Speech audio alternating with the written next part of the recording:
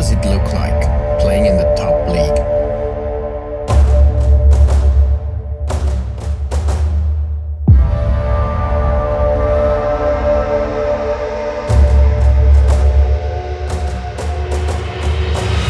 What differentiates the big players from the regular players? Let me show you.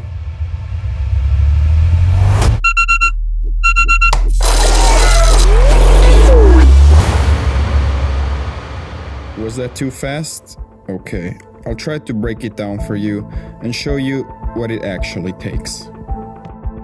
When you have 700 employees, to have a real culture of like good, that's hard, because you have a lot going on. You couldn't wrap your head around how much bad shit happens every day to me and this company, and like, that's actually the job. My job is eating shit. You know, like, everything's on me. What really sealed the deal for me? Getting healthier. Hate the gym. I hate it now. I hate it. I don't like it. I don't want to do it. But I knew it was important. And somewhere around midway through being 38 years old, I got serious. I figured out my system. I made the financial commitment, and I've won. I wake up at 6, I work out till 7. I shower, spend 10-15 minutes with my kids before they go to school, and then I go to my first meeting at 8. No lunch, no 1 minute to spare, no downtime. Every second is booked. At 7, I'll go and do meetings from 7 p.m. till 11 p.m. at night. That is the typical day. Only 10% of my life is probably GaryVee. 90% of it is me being the chief executive officer of VaynerX. When you're the CEO of an 850 person company, all your life is about is problems. I don't think my employees should work as hard as I do, and a bunch of dumb fucking business people do. If my employees should work as hard as I do, they should have as much equity as I do. How the fuck do you want somebody to work for as much as you do when it's yours?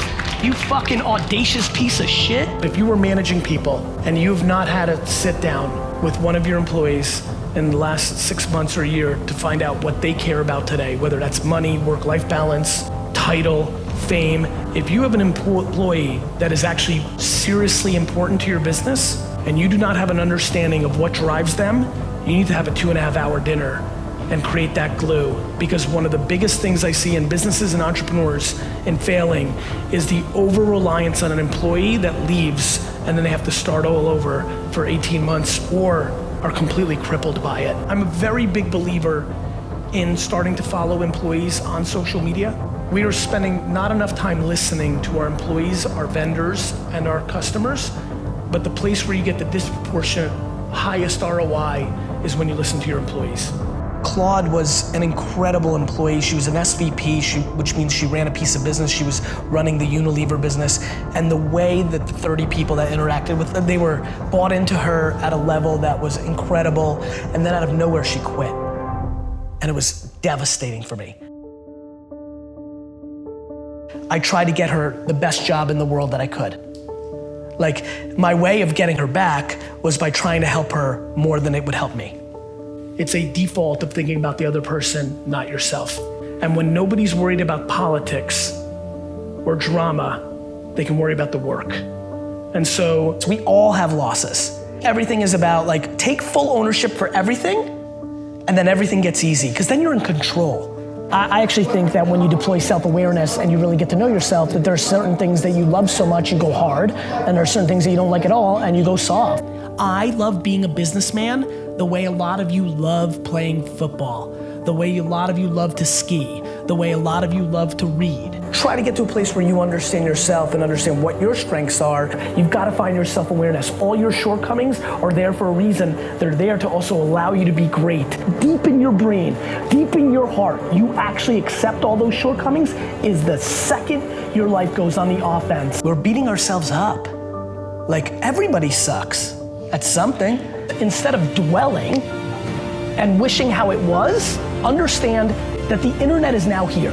Life is broken down into complaining and not. I mean, people literally complain when somebody gives them the wrong amount of like extra cream in a Starbucks $6 coffee. I think you have to challenge yourself. Doing something completely uncomfortable may start the process of them doing something uncomfortable here. I was used to failure. Failure was my foundation, which is why I succeeded. Do you want to dwell and excuse your way through life? Or do you want to become accountable and optimistic your way through life? To me, accountability and optimism is just far more interesting and more challenging and more worthwhile and less regretful when you're 90 than blame and excuses and complaining and crying about it. But perspective and gratitude are really a driving foundation for me. It's having that centering, having that place, that energy that allows you to navigate through all adversity, not getting too high on your highs and not getting too low on your low. It's balance, it's the contradictions that make me me. I want awesomeness for everybody, but I want to punch all of you in the face too, because if you want to compete with me, you're gonna lose. But life is basic. You're either on the optimism team or you're on the pessimism team. If you are good enough, nobody's stopping you. Not fucking Donald Trump, not the fucking Russians, nobody. The market doesn't give a fuck.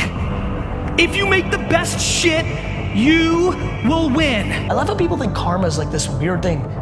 Doing good for other people is a good strategy. Like, mean is just non-negotiable in our family. You need to be kind. I hate how many people judge other people without having all the context. Every time you fucking judge, you make yourself vulnerable. 99.9% of people that you judge or have opinions on, you have no idea what the fuck is actually happening in their life.